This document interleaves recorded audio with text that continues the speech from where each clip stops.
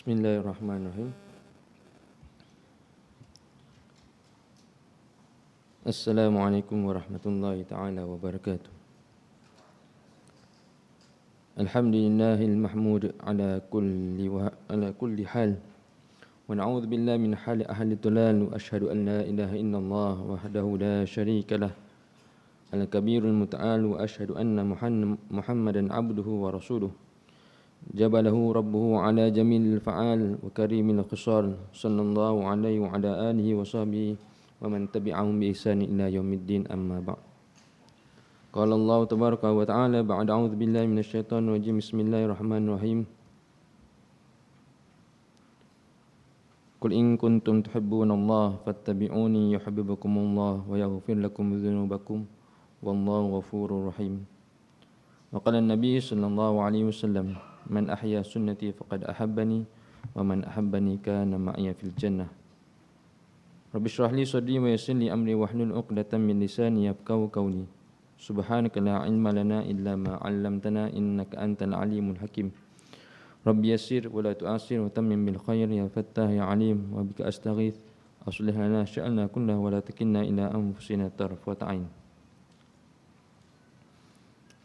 Allahumma alhimna ma rusyida umurina wa aizna min syururi anfusina min sayyiati a'malina.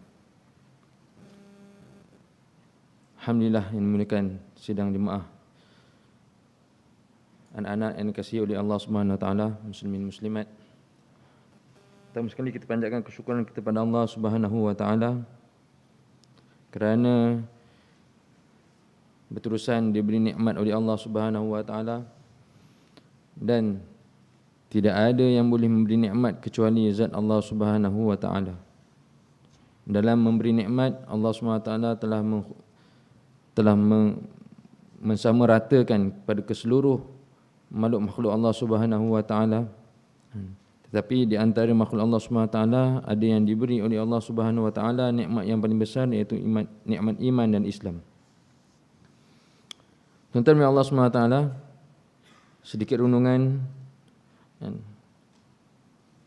satu perkataan yang boleh kita muhasabah diri kita dalam kita melalui kehidupan kita yang sementara di dunia ini. Jika kita menjadi seorang hamba pada Allah Subhanahu wa taala yang tidak mahu memberi manfaat kepada hamba-hambanya yang lain, maka kita tidak menyempurnakan maksud diciptanya kita sebagai umat baginda Rasulullah sallallahu alaihi wasallam. Kerana kita, yakni umat baginda Rasulullah sallallahu alaihi wasallam, dilahirkan untuk manfaat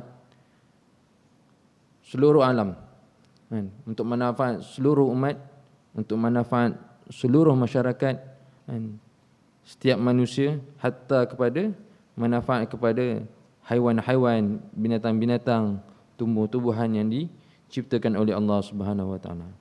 Jadi kita merasa bahawasanya kita dilahirkan memadai dengan memberi manfaat untuk diri sendiri, maka lebih baik kita kata bahawasanya tak perlu kita diwujudkan oleh Allah Subhanahu wa taala. Kita diwujudkan untuk memberi manfaat kepada orang lain. Allah SWT berfirman, kuntum khairu ummatin ukhrijat linnas. Kamu adalah sebaik-baik umat yang dikeluarkan untuk memberi kebaikan kepada manusia. Bukan kepada manusia yang telah beriman kepada Allah Subhanahu wa taala semata-mata, bahkan kepada manusia yang tidak beriman kepada Allah Subhanahu wa taala, yang tidak mengenal Allah Subhanahu wa taala. Maka perlu kita sampaikan kebaikan, dan kebaikan yang paling besar di dunia ini, tuan-tuan mulia, tidak lain dan tidak bukan ialah la ilaha illallah. Kerana satu ketika Nabi Musa AS memohon pada Allah SWT, ya Allah, kurniakan kepadaku satu kalimah yang mana kalimah tersebut aku menjadi mulia berbanding dengan makhluk-makhluk yang lain. Allah SWT beritahu bahawasanya la ilaha illallah. Nabi Musa AS beritahu, wahai Allah, kalimah ni seluruh makhluk yang lain menerima kalimah yang sama. Bahkan Nabi Adam AS pun begitu. umat yang terakhir sebelum kiamat pun begitu. Maka Allah SWT beritahu kalimah ini jika diletak di sebelah dacing ataupun timbangan, sebelah lagi diletakkan 7 peta langit, 7 peta bumi, secara lebih berat lagi kalimah la ilaha illallah. Jadi kalimah ni sekarang ada di dalam hati-hati kita. Jadi kita sampaikanlah kebaikan. Kebaikan yang paling besar di dunia ialah kalimah la ilaha illallah. Baik, qala musannif rahimahullahu taala wa nafa'ana bi ulumi fid darain amin. Kita sambung pengajian kitab adab karangan Habib Zain Al-Ba'lawi.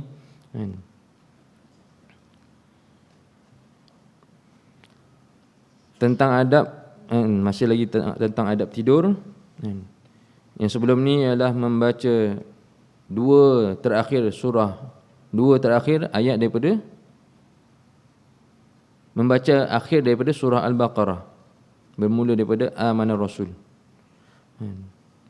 Membaca doa, membaca 3 qul, membaca tasbih Fatimah, subhanallah 33 kali, alhamdulillah 33 kali, dan Allahu Akbar 33 kali, dan dihembuskan 34 kali, dan dihembuskan pada telapak tangan kita dan disapukan pada seluruh badan. Seterusnya ialah membaca surah Tabarakalladzi ataupun surah Al-Mulk dan surah As-Sajdah sebelum tidur. Kana Rasulullah sallallahu alaihi wasallam la yanamu hatta yaqra alif lam mim tanzil As-Sajdah wa Tabarakalladzi biyadil mulk. Sesungguhnya Rasulullah sallallahu alaihi wasallam tidak tidur kecuali setelah membaca surah As-Sajdah dan surah Tabarak. Surah As-Sajdah dan Tabarak. Surah As-Sajdah kita tahu biasa disebut surah As-Sajdah. Nama yang lain juga dipanggil juga Alif Lam Mim Tanzil. Alif Lam Mim Tanzil. Ada beberapa nama untuk surah As-Sajdah itu sendiri. Dan surah Al-Mulk juga ada beberapa nama. Jadi dua surah ni ialah amalan Rasulullah sallallahu alaihi wasallam sebelum tidur. Jadi panjang. Surah As-Sajdah pun agak panjang walaupun kita dah hafal, ambil masa juga. Tabarakalladzi ayatnya 30 ayat, panjang juga. Jadi itulah yang dilakukan oleh baginda Rasulullah sallallahu alaihi wasallam. Tentang surah Al-Mulk, surah As-Sajdah mungkin kita dah baca, kita dah hafal.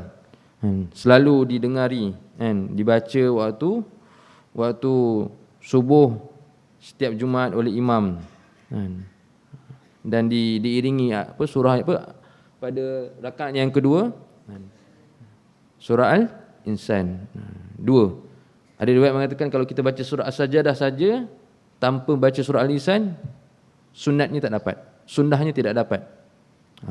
Jadi hafiz ni dia tidak memadai dengan surah As-Sajdah. Rakaat pertama itu, rakaat yang kedua surah Insan. Jadi kalau hari ini punya rekod bacaan surah oleh imam di Mekah, itu dia. Di Madinah pada hari ini imam baca surah Al-Insan. Taib. Jadi bacaan ataupun yang diamalkan oleh baginda Rasulullah sallallahu alaihi wasallam sebelum tidur ialah surah As-Sajdah, Al-Mulk. Suratul Al-Mulk min suril lati laha fadlul azim, adalah surah yang mempunyai kelebihan yang besar. Ala qari'aha fahiya tajadul an sahibiha kama tamna'u anhu adzabal qabr. Ke atas orang yang membaca surah Al-Mulk, maka surah tersebut akan menjadi orang yang surah yang akan tajadil ni, dia berlawan ataupun menjadi pelindung kepada si pembacanya. Siapa saja yang membaca dalam keadaan hafal ataupun tidak hafal. Jadi tak hafal dia buka ayat Al-Quran ataupun keratan-keratan surah dibaca. Kadang-kadang surah tertentu ni telah dibuat dalam buku-buku yang kecil dan dibaca, tak apa, maka dia menjadi qari'ah, orang yang membaca surah tersebut. Maka surah Al-Mulk sendiri akan menjadi pendinding ataupun penjaga kepada si pembacanya. Seperti mana dia akan menenggah kan, menegah kepada si pembaca daripada azab di dalam kubur. Salah satu kelebihannya ialah pelindung bagi kita di dalam kubur. Yang mana di dalam kubur tidak ada sesiapa yang boleh melindungi kita kecuali salah satu surah ialah surah Al-Mulk yang mempunyai 30 ayat. Di sini mungkin kita dah baca setiap kali lepas isyak sebelum tidur. Alhamdulillah. Sedangkan Yasin tuan-tuan boleh 83 ayat. Panjang lagi. Al-Mulk 30 ayat. Maka dah boleh hafal lah. Rasanya dah boleh hafal dah. Mungkin kalau kita baca hari-hari, lama kelamaan, yang Yasin yang boleh dihafal pun kita boleh hafal. Surah Al-Mulk yang pendek 30 ayat, insya-Allah boleh mudah untuk kita hafal. Dinamakan dengan surah Al-Mulk kerana dalam surah tersebut, surah Al-Mulk diceritakan tentang kehebatan Allah SWT yang memiliki ciptaan-ciptaannya, kan? Di langit, di lautan, di daratan, kan? Maka tidak ada pencipta, tidak ada pemilik bagi kerajaan ini kecuali Allah Subhanahu wa taala. Al-Mulk, milkun, kan? Yang memiliki segala-galanya. Adapun tentang waktu nak baca, kan, tidak ada pengkhususan. Hanya semata-mata berdasarkan hadis, kan, setengah hadis bahwasanya, kan,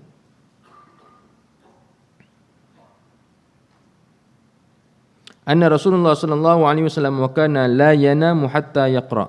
Nabi sallallahu alaihi wasallam tidak tidur sehingga dia membaca Alif Lam Mim Tanzil dan Tabarakalladzi biyadil mulk wa huwa hadithun sahihun, dan lafaz yang lain diberitahu bahawa qira'ataha kullalailatin. Tidak ada waktu yang terkhusus untuk membaca surah Al-Mulk, kan, kecuali di waktu malam. Ini dah masuk waktu malam, kan. Kita masuk waktu malam bila tuan-tuan? Masuk waktu malam ialah apabila masuknya waktu maghrib, dah bermulanya malam.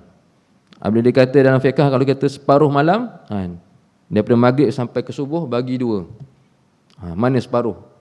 Bagi 2, itulah separuh malam. Kan? Daripada maghrib sampai ke subuh, kan, 3 suku malam bagi. Kita boleh buat perkiraan sendiri. Itu nak kira malam. Subuh daripada maghrib ke subuh. Bukannya apabila kata malam bermula lepas isyak, tidak, bermula daripada maghrib sehingga ke subuh. Baik. Jadi nak baca surah Tabarakalladzi dan Alif Lam Mim Sajadah ni bermula maghrib, kan, sehingga sebelum kita tidur. Ya. Amalkan insya-Allah, kita amalkan. 30 ayat, beserta dengan surah As-Sajadah. Mungkin tuan-tuan dah kita hafal, anak-anak dah hafal, alhamdulillah. Kita pun insya-Allah pelan-pelan. Jika ianya dibaca setiap hari, maka tidak mustahil ianya akan mudah untuk dihafal dan banyak kelebihannya. Kerana baginda tidak akan tidur kecuali 2 surah ni telah dibaca, tuan-tuan. Yang seterusnya, memaafkan seluruh kesalahan orang lain kepadanya, iaitu dengan harapan supaya mendapatkan pahala yang besar dari Allah Subhanahu wa taala. Maaf nak kena pergi jumpa seorang-seorang ke? Nak pergi jumpa seorang-seorang yang tuan mulia, nak memohon maaf ni tuan mulia, jika kita tahu kita bersalah dengan seseorang yang tertentu. Sekarang ni tuan kita tak tahu mana-mana kesalahan. Secara umumnya, jadi kita, sesiapa saja yang bersalah dengan kita, kita maafkan. Adapun kita terhadap orang lain, kita kena jumpa tuan-tuan dia. Mungkin dengan sepulan, dengan jiran yang sebelah rumah, belah kanan, mungkin belah kiri, sebelum tidur kita jumpa dan memohon kemaafan daripadanya. Firman Allah Subhanahu wa taala, faman afa wa aslaha fa ajruhu 'ala Allah. Faman afa wa aslaha fa ajruhu 'ala Allah. Barang siapa yang memaafkan dan berbuat baik, maka Allah SWT sendiri yang akan memberi pahalanya. Memberi pahala tentang apabila kita memaafkan seseorang walaupun tidak diketahui oleh orang yang lain, Allah saja yang akan memaafkan kita, tuan dia. Jadi memaafkan dah. Rasa-rasa kalau duduk kat asrama ni ada kawan-kawan kita yang menyebabkan kita terasa hati dengan dia, ataupun dia menyebabkan kita terasa hati, kita jumpa, mohon maafkan dia tuan-tuan. Supaya tenang tidur kita, tanpa terfikir dengan dosa-dosa kesalahan kita sepanjang hari. Mungkin ada salah kita pada orang, kita mohon maaf. Mungkin salah orang kepada kita, kita maafkan. Kita maafkan.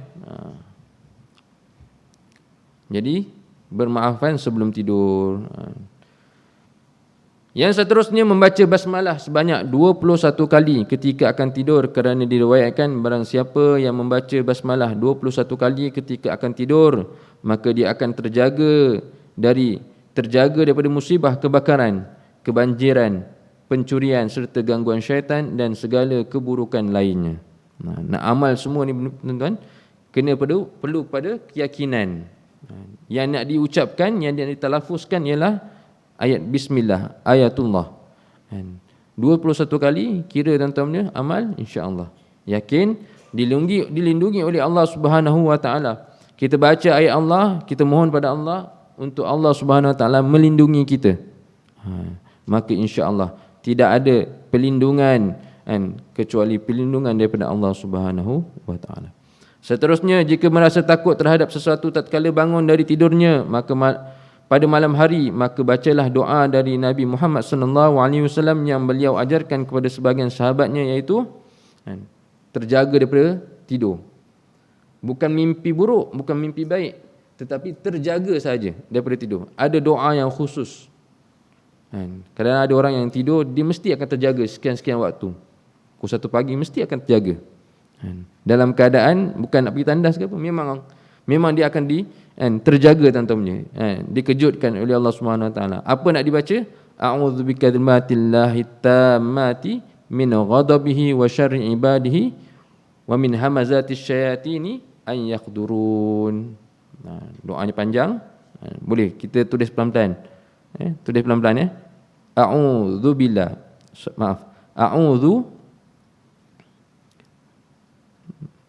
bikalimatillah. A'udzu bikalimatillah. Bayangkan kita biasa hafal Al-Quran, kita boleh sebut apa ayat-ayat daripada dengar bunyi, kita boleh tahu ayat yang tertentu bagaimana nak ditulis di dalam ayat Al-Quran. Ni kalau tersalah, dosa tak? Tak berdosa. At least untuk boleh, lepas ni kita check balik. A'udzu bikalimatillah at-tammati min ghadabihi wa syarri ibadihi. A'udzu bikalimatillah at-tammati min ghadabihi wa syarri ibadihi wa min hamazatish syayatin wa min hamazatis syayatin wa an yakhdurun. Rawahu Ibnu Sunni. Tak apa, kalau tak dapat nanti kita cari lagi insya-Allah. Sayyidina Abdullah bin Amr radhiyallahu anhuma mengajarkan kepada anak-anaknya untuk selalu membaca doa tersebut sebelum tidur. Jika anak tersebut masih belum dapat berbicara, maka tulislah doa tersebut di selembar kertas dan ikatkanlah di baju yang sedang dipakai olehnya. Pelindung. Pelindung. Ini yang dibuat oleh Abdullah bin Amr radhiyallahu anhu. Baik. Doa yang sama juga yang Rasulullah sallallahu alaihi wasallam ajarkan kepada sahabat apabila kita bangun daripada tidur. Waktu malam apa kita nak buat? Kita bangun baca doa ni. Kita baca dan insya-Allah itu adalah sunnahnya Rasulullah sallallahu alaihi wasallam. Seterusnya, jika susah untuk tidur malam, ada doanya. Orang susah nak tidur malam, macam mungkin banyak bermacam-macam tips, bermacam-macam cara. Tapi yang diajar oleh baginda Rasulullah sallallahu alaihi wasallam, maka bacalah doa Nabi Muhammad berikut ini, yang mana beliau Nabi sallallahu alaihi wasallam mengajarkan kepada sahabat Khalid bin Al-Walid. Allahumma gharatin nujum wa hada'atil uyun wa anta hayyun qayyum la ta'khudhuka sinatun wala naum ya hayyu ya qayyum ahdi laili wa anim aini rawahu Ibn Sunni. Ada juga doanya rupanya. Susah nak tidur. Kita kalau tak susah nak tidur, macam-macam. Ubat nak tidur pun ada. Kadang-kadang tak boleh nak tidur, kita berjaga sepanjang malam. Dah tahu tak boleh tidur, kita buat amalan-amalan yang tak sepatutnya. Kita online, tak sepatutnya, kerana malam inilah malam yang waktunya untuk kita berehat. Bila kita tak rehat malam, maka subuh kita akan terlepas. Bukan itu saja, amalan-amalan yang baik yang seterusnya, mungkin zikir di waktu pagi juga terlepas. Mungkin solat duha juga ataupun solat isyraq juga akan terlepas, kerana waktu rehat yang disediakan oleh Allah Subhanahu Wa Taala tidak digunakan untuk berehat.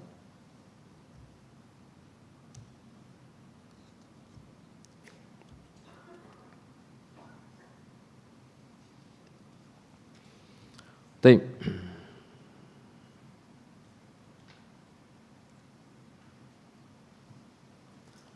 Siapa yang nak bangun di waktu malam dengan niat untuk beribadah pada Allah Subhanahu Wa Taala tanpa menggunakan jam loceng,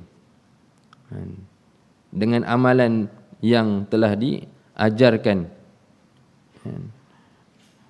menggunakan ayat Al-Quran, tanpa dengan niat, dengan bacaan ayat Al-Quran, niat pukul berapa? Pukul 1 kita akan dikejutkan oleh Allah Subhanahu Wa Taala. Baik.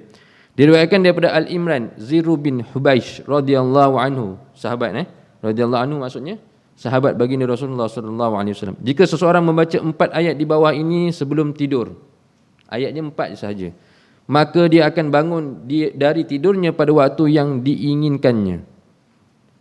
Kalau nak bangun pukul 1 kita bangun. Kalau niat nak bangun pukul 2 kita bangun. Kalau niat pukul 3 kita akan bangun. Tanpa menggunakan jam loceng, tanpa kita pesan kawan kita, kejutkan. Tapi dengan amalan ini, ayat Al-Quran. Dengan syarat yakinlah. Takkan kita tak yakin dengan ayat Al-Quran. Innal ladzina amanu wa amilus solihati kanat lahum jannatul firdausi nuzula. Ayat kat mana? Surah apa? Kahfi akhir kan? Mudah, dah tahu dah. Cari ayat tu, biasa dengar imam baca, biasa kita hafal, selalu didengari, baca ayat tersebut sebelum tidur, niat bila kita nak bangun. Tapi niat nak bangun tu untuk beribadah lah. Kalau niat bangun nak buat perkara-perkara yang melanggar perintah Allah SWT, baik tak payah kan. Ini dia ayat surah Al-Kahfi yang terakhir yang tuan mulia baca. Dah hafal? Innal ladzina amanu wa amilus solihati kanat lahum jannatul firdausi nuzula khalidina fiha la yabghuna anha hiwala. Seterusnya lah kullau kana sampai yang terakhir. Mungkin kita ada kelas sebelum subuh, tapi rasanya tak memadai dengan bangun waktu kelas tersebut untuk buat ibadah yang khusus. Mungkin kita nak buat solat tasbih. Solat tasbih boleh buat malam, boleh buat siang. Tapi tempoh masanya yang lama, rasanya sesuai waktu malam. Sesuai waktu malam. Kita bangun rupanya waktu yang dikejutkan tu untuk kelas kita. Bangun yang awal lebih daripada itu. Niat pukul 3. Baca ayat ni, insya-Allah. Siapa nak cuba? Siapa nak cuba? Cuba plus yakin. Bukan cuba nak try. Betul lah tu Ustaz buat ni. Ke Ustaz nak saja nak kenakan saya? Siapa yang yakin, Allah akan tunjukkan bagaimana Allah kejutkan kita. Dia dah yakin, dia baca. Lepas tu dia niat untuk pukul 3 bangun. Dia bangun pukul 3. Tak tahan nak pergi kencing. Tapi dia tak terlintas bahawasanya itulah sebab atau penyebab yang mana Allah SWT gunakan untuk dia bangun pada ketika itu. Dia rasa dia nak pergi kencing je rupanya. Hakikatnya dah dikejutkan oleh Allah Subhanahu Wa Taala. Dengan cara bagaimana? Wallahu alam. Mungkin jatuh bantal ke, mungkin terjatuh katil ke, tersedar pukul 3. Semata-mata nak dikejutkan oleh Allah Subhanahu Wa Taala. Amalkan, yakin. Amal plus yakin, insya-Allah.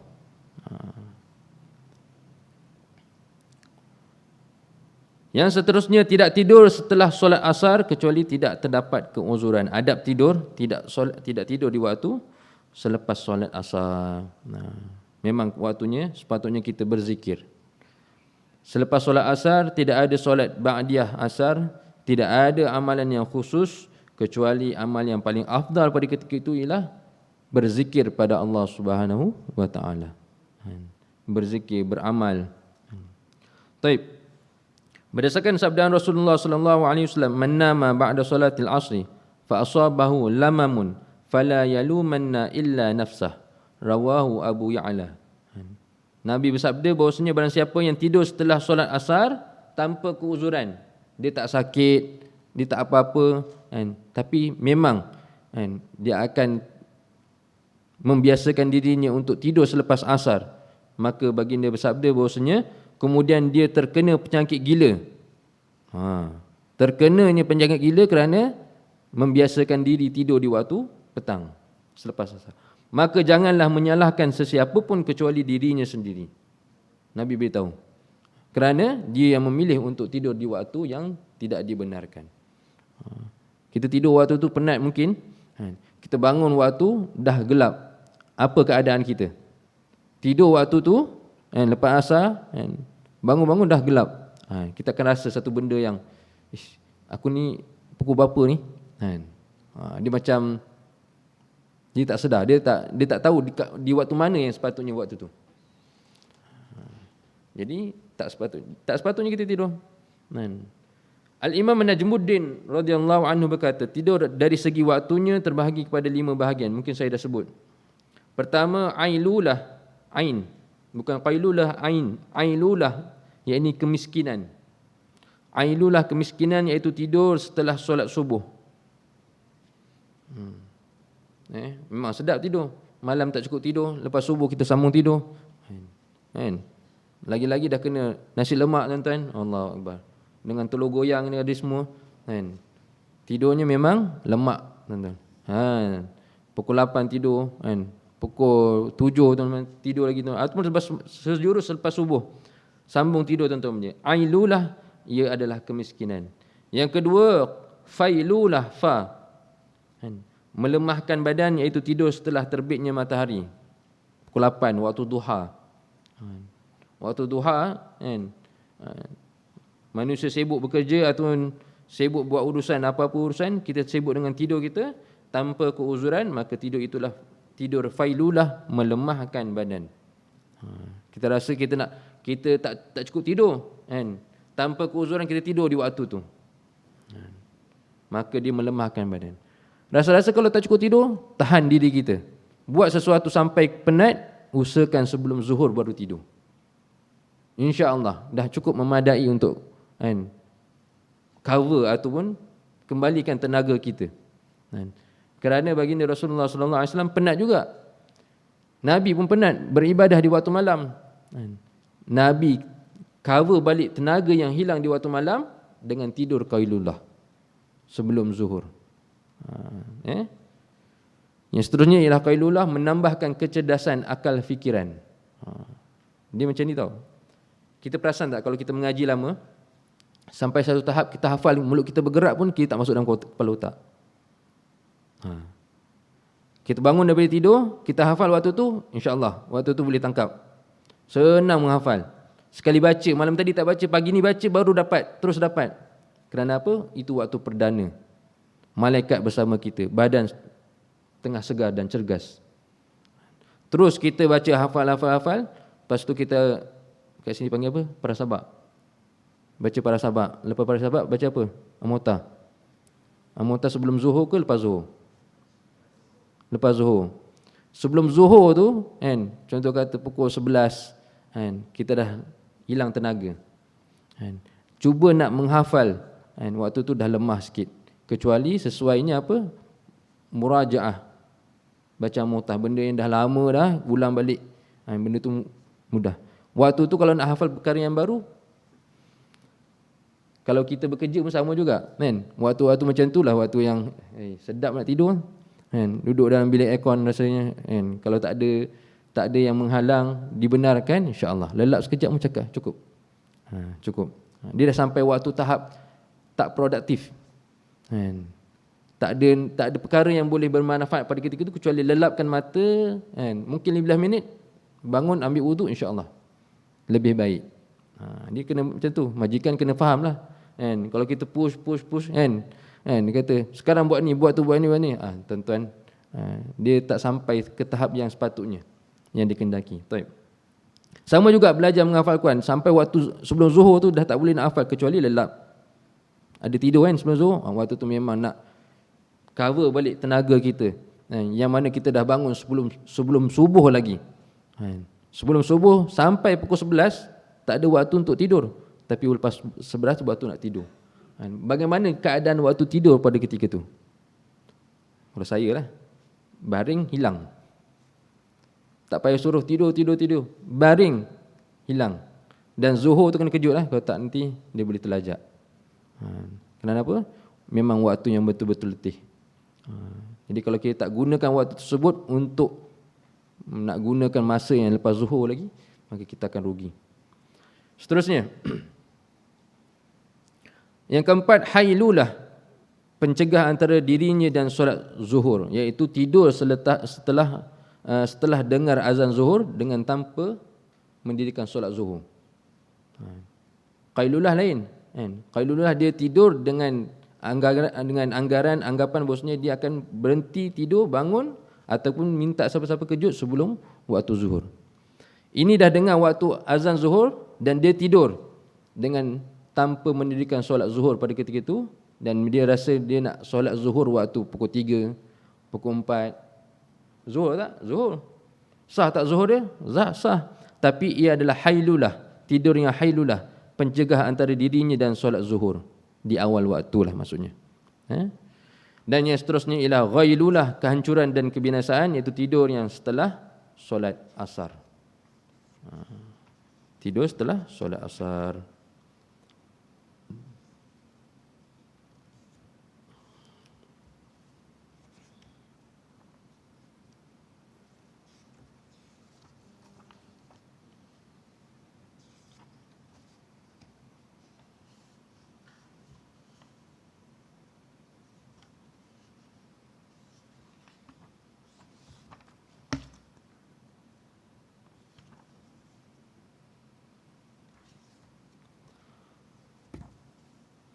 Baik, yang seterusnya bahagian B ialah di antara ada adab setelah bangun daripada tidur.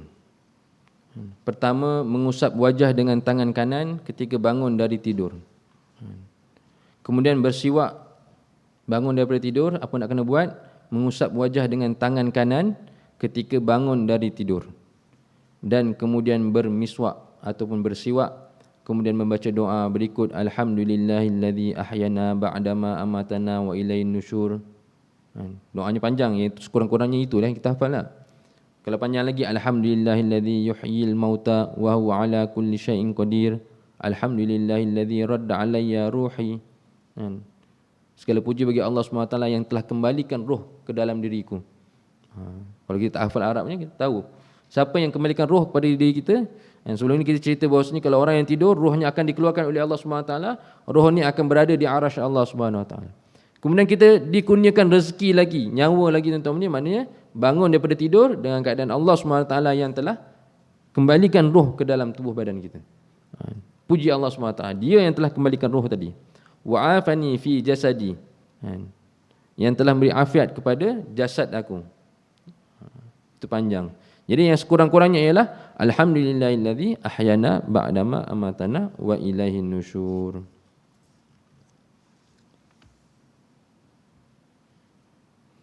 Dan yang kedua, dah bangun tidur nak kena buat apa?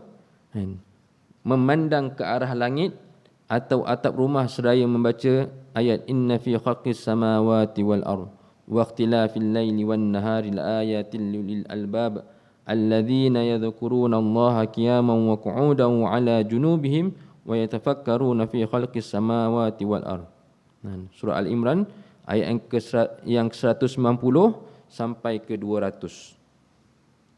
Bacalah ayat tu.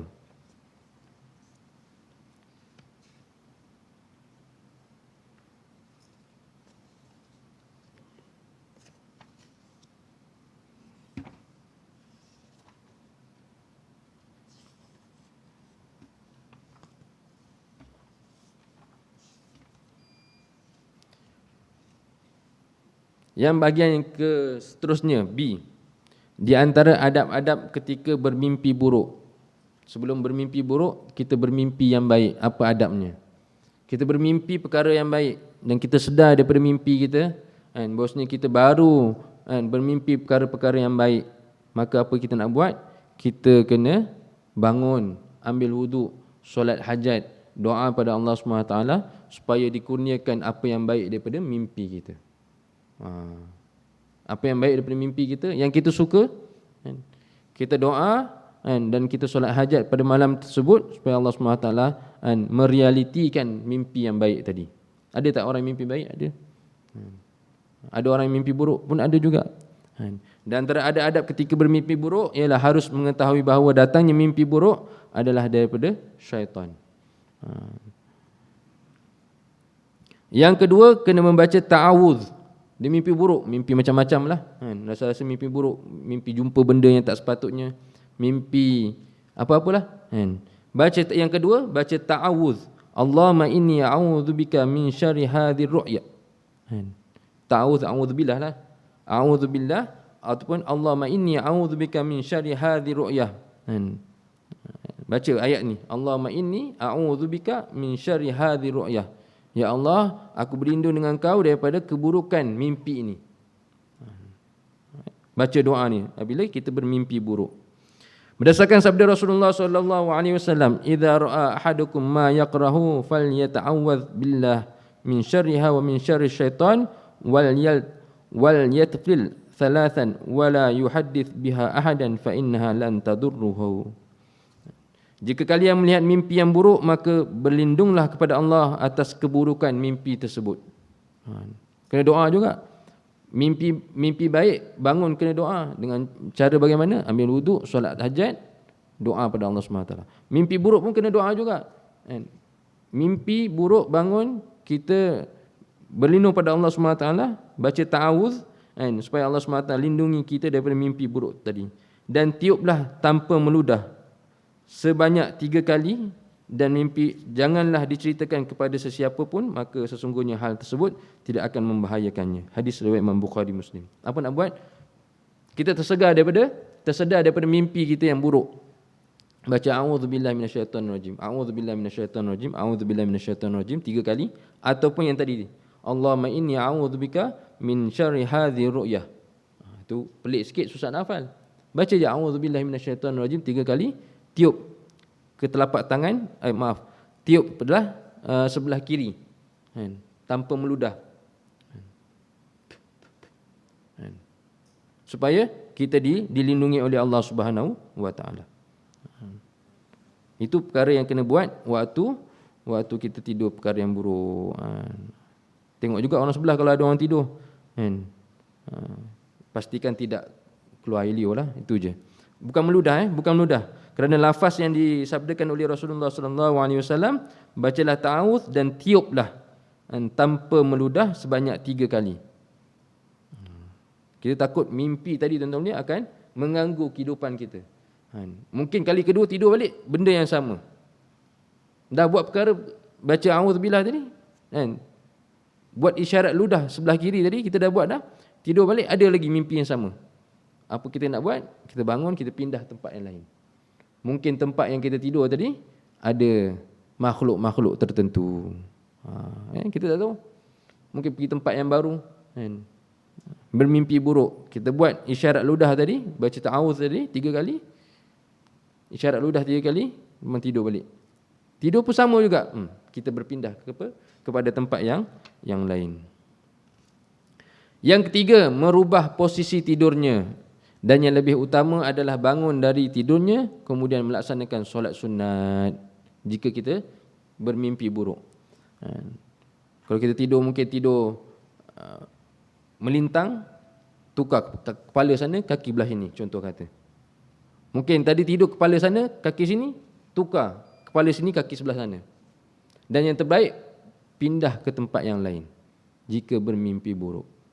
Sabda Rasulullah sallallahu alaihi wasallam, "Fa in ra'a ahadukum ma yakrahu falyakul falyusalli." Muttafaqun alaih. Hadis riwayat Imam Bukhari Muslim. Jika salah seorang dari kalian melihat mimpi yang tidak disenangi, mimpi yang buruk, maka bangunlah kemudian solatlah. Itu yang terbaik. Solat sunat apa-apa, solat sunat hajat pun boleh, solat sunat tahajud pun boleh tuan-tuan mulia, supaya kita tidak bermimpi untuk kali yang kedua akan mimpi yang buruk.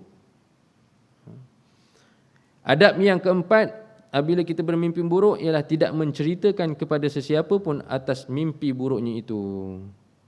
Tak payah cerita, simpan. Ni nak cerita, aku mimpi tadi dah 3 kali dah benda ni. Mula-mula nak simpan.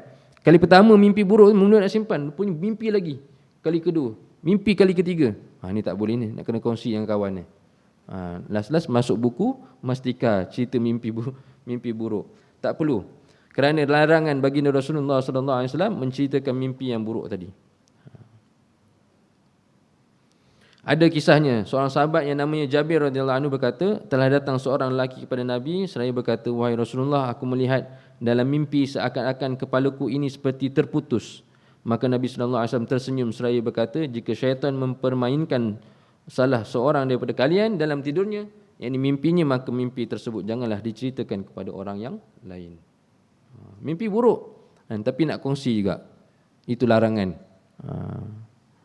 Itu larangan yang dilarang oleh baginda Rasulullah sallallahu alaihi wasallam.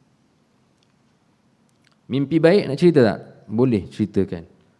Tapi jangan sebarangan orang lah. Kalau boleh orang yang kita sayang. Mak kita, ayah kita, pasangan kita, pasangan makwa ke bukan, pasangan maksudnya isteri ataupun suami kita, ceritakan.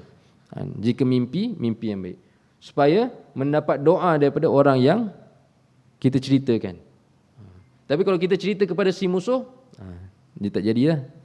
Dia akan takwil. Musuh kita akan takwil perkara yang tak sepatutnya. Mimpi baik, kerana dia menceritakan kepada kita dan dia musuh kita, dia kata habislah kau. Aku nampak mimpi itu tak baik untuk engkau, padahal baik. Bila cerita kepada si musuh. Jadi ceritakan kepada orang yang kita sayang tentang perkara yang mimpi yang baik tadi. Yang keenam, meludah ke arah kiri tanpa liur, yang saya buat tadi. Isyarat ludah ke kiri tanpa meludah tadi, baca a'udzubillahi minasyaitonirrajim, a'udzubillahi minasyaitonirrajim, a'udzubillahi minasyaitonirrajim. Maka insya-Allah terpelihara. Itu adabnya tuan-tuan. Nampak macam main-main, ustaz ni macam main ni ustaz. Tak. Itu adab bila kita bermimpi buruk. Kita apa ustaz sekarang ini setakat ni tak ada mimpi buruk, tak apa. Jika ada, itulah. Mungkin ada orang yang dekat dengan kita, dia bermimpi begitu, kita sampaikan perkara tersebut. Masuk waktu beri laluan untuk azan insya-Allah.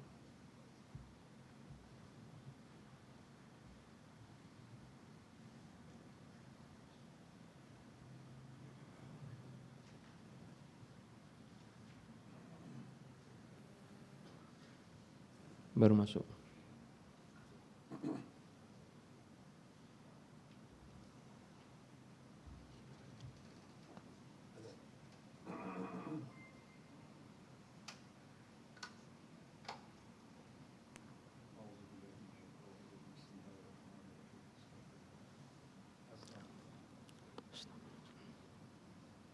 Allahu Akbar, Allahu Akbar. Allahu Akbar. Allahu Akbar, Allahu Akbar. Asyhadu an la ilaha illallah. Asyhadu an la ilaha illallah. أشهد أن لا إله إلا الله.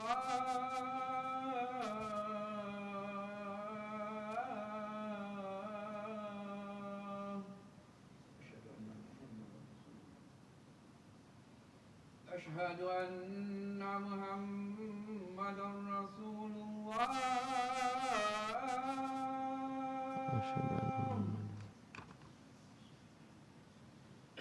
أشهد أن محمدا رسول الله.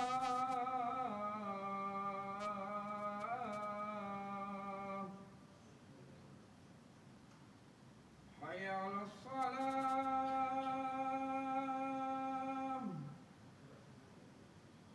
حي على الصلاة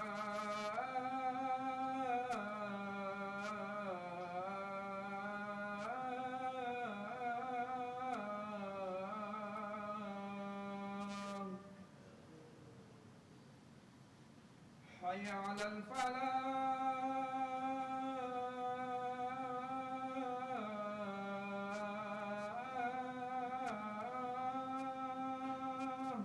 La haula wala quwwata. حي على الفلاح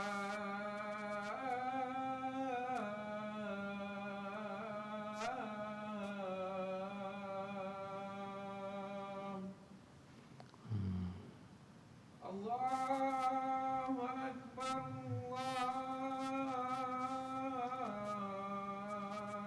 الله أكبر لا إله إلا الله لا إله إلا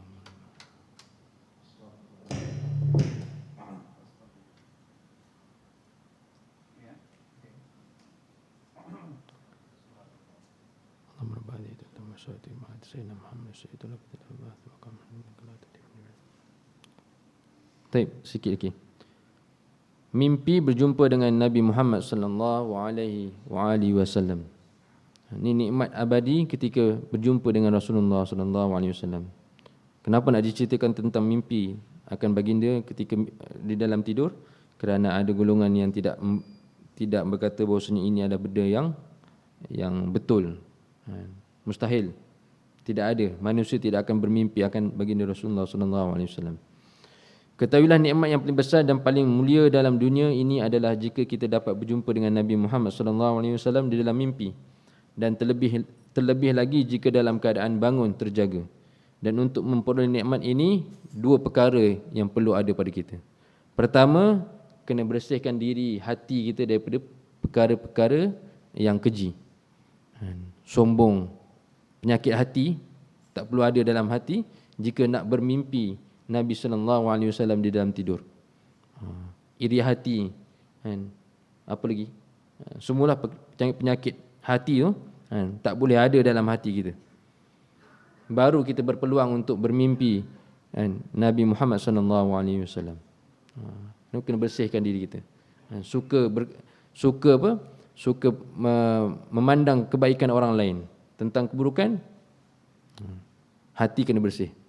Yang kedua, mengamalkan keseluruhan perintah Rasulullah sallallahu alaihi wasallam, itu sunnah-sunnahnya. Sunnah yang ditalafuzkan melalui hadis baginda Rasulullah sallallahu alaihi wasallam, ataupun sunnah yang dipraktikkan oleh Nabi sallallahu alaihi wasallam di dalam hidup baginda. Apa yang kita tahu tentang sunnah baginda? Amalkan. Dan bersungguh-sungguh yakin bahawa inilah sunnah baginda dan ini adalah amalan Rasulullah sallallahu alaihi wasallam, terutamanya yang tadi kita belajar tentang bagaimana Nabi hendak tidur, apa yang Nabi buat selepas bangun daripada tidur, apa bacaan-bacaan yang Nabi laksanakan sebelum tidur dan selepas tidur, amalan apa, ini sunnah baginda. Amalkan. Maka orang yang tidur, apabila dia tidur mengamalkan sunnah Rasulullah sallallahu alaihi wasallam, dia berpeluang bermimpi akan Rasulullah sallallahu alaihi wasallam. Jika dia tidur tidak mengamalkan sunnah baginda, mustahil untuk bermimpi Rasulullah sallallahu alaihi wasallam. Kerana Nabi telah bersabda, "Man ra'ani fin naum faqad ra'ani, fa innahu la yanbaghi lisyaitan an yatamathala fi surati." Barang siapa yang telah melihatku di dalam mimpi, dia lihat Nabi di dalam mimpi. Kita pernah jumpa Nabi, tahu ke itu rupa paras Nabi? Allah Subhanahu Wa Taala akan tunjukkan kita, akan tunjukkan walaupun kita tak pernah jumpa baginda Rasulullah sallallahu alaihi wasallam, tapi Allah Subhanahu Wa Taala akan tunjukkan dengan caranya bahawasanya ini adalah Rasulullah sallallahu alaihi wasallam. Barang siapa yang telah melihatku di dalam mimpi, maka dia benar-benar telah melihatku. Kerana sesungguhnya syaitan tidak akan dapat menyerupaiku. Walaupun kita tak kenal bagaimanakah rupa paras baginda. Kalau kita nak belajar tentang perkara tersebut, bagaimana rupa paras baginda Rasulullah sallallahu alaihi wasallam, ada dirakamkan dalam hadis Syama'il Muhammadi Imam Tirmizi rahimahullah taala terbaca. Jadi walaupun kita tidak pernah bersua dengan Rasulullah sallallahu alaihi wasallam, mimpi akan baginda tu bukan perkara yang mustahil. Dan Allah sendiri yang akan beritahu sekian-sekian dia ni adalah Rasulullah sallallahu alaihi wasallam. Jadi syaitan tidak akan menyerupai baginda di dalam mimpi. Seorang yang berjumpa dengan Rasulullah sallallahu alaihi wasallam di dalam mimpi, maka hal tersebut bertanda bahawa dia dapat berjumpa dalam keadaan bangun. Jika dalam mimpi dia boleh bermimpi Rasulullah, maka itu adalah tanda bahawasanya dia akan bersua dengan Rasulullah sallallahu alaihi wasallam di akhirat kelak. Man ra'ani fil manam fasayarani fil yaqzah, muttafaqun alaih. Barang siapa yang melihatku dalam mimpi, maka dia akan melihatku dalam keadaan bangun. Hadis riwayat Imam Bukhari dan Muslim. Jadi tanda alamat orang yang akan bertemu dengan Rasulullah sallallahu alaihi wasallam di akhirat ialah orang yang selalu mimpi. Memadailah sebenarnya dalam hidup kita kalau bermimpi Rasulullah sallallahu alaihi wasallam sekali. Mimpi sekali dah cukup memadai tanda bahawasanya kita akan diselamatkan oleh Allah Subhanahu Wa Taala daripada azab dan dimasukkan di dalam syurga. Man ra'ani fil manam fa innahu la yadkhulun nar. Barang siapa yang telah melihatku dalam mimpi. Hadis ini jelas. Siapa yang telah melihat Nabi sallallahu alaihi wasallam di dalam mimpinya, man ra'ani fil manam, maka sesungguhnya dia tidak akan masuk neraka. Hadis Ibnu Asakir. Barang siapa yang telah bermimpi Rasulullah, dia tidak akan masuk neraka. Alamat mimpi tadi, tanda orang yang bermimpi tadi teman-teman, apa dia punya hasilnya? Natijahnya apa? Bukan ahli neraka, bahkan ahli syurga. Jadi benda tu boleh diusahakan. Nak mimpi Rasulullah sallallahu alaihi wasallam ni boleh diusahakan tak? Boleh. Dua perkara tadi. Pertama, penyakit hati perlu dihindari daripada diri kita. Dan yang kedua, amalkan 100% sebanyak mungkin sunnah Rasulullah sallallahu alaihi wasallam di dalam kehidupan. Insya-Allah. Kita akan menjadi orang yang bertuah kerana bermimpi Rasulullah sallallahu alaihi wasallam di dalam hidup kita.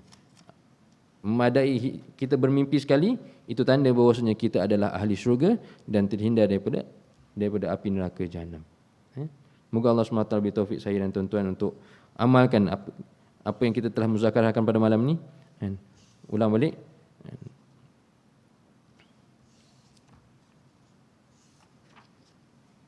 Baca surah.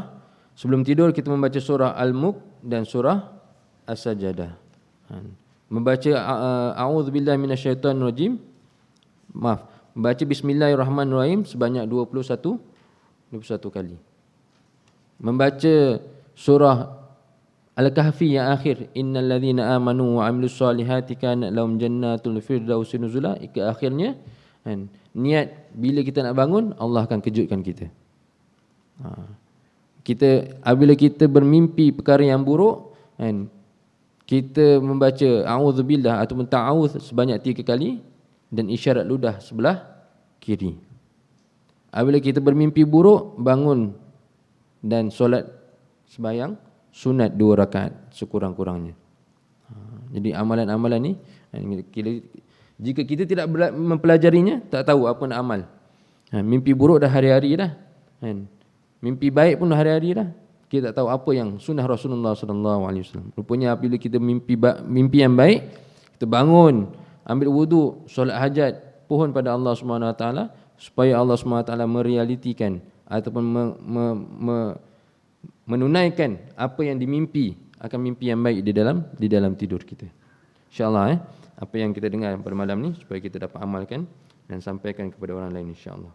Terakhir yang tasbih kifarah dan suratul Asr. Subhanallah bihamdihi subhanakallahumma wa bihamdika asyhadu an la ilaha illa anta astaghfiruka wa atubu ilaik. Bismillahirrahmanirrahim. Wal 'ashr innal insana lafi khusr illa alladhina amanu wa 'amilus solihati wa tawasaw bil haqq wa tawasaw bis sabr. Bismillahirrahmanirrahim. Alhamdulillahirabbil alamin. Wassalatu wassalamu ala asyrafil anbiya'i wal mursalin wa ala alihi wa sahbihi ajma'in. Allahumma inna na'udzubika min ilmin la yanfa' wa min qalbin la yakhsha wa min nafsin la tashba' wa min du'ain la yustajabu lah. Wassallallahu ala sayyidina Muhammad wa ala alihi wa sahbihi ajma'in. Walhamdulillahi rabbil alamin. Wallahu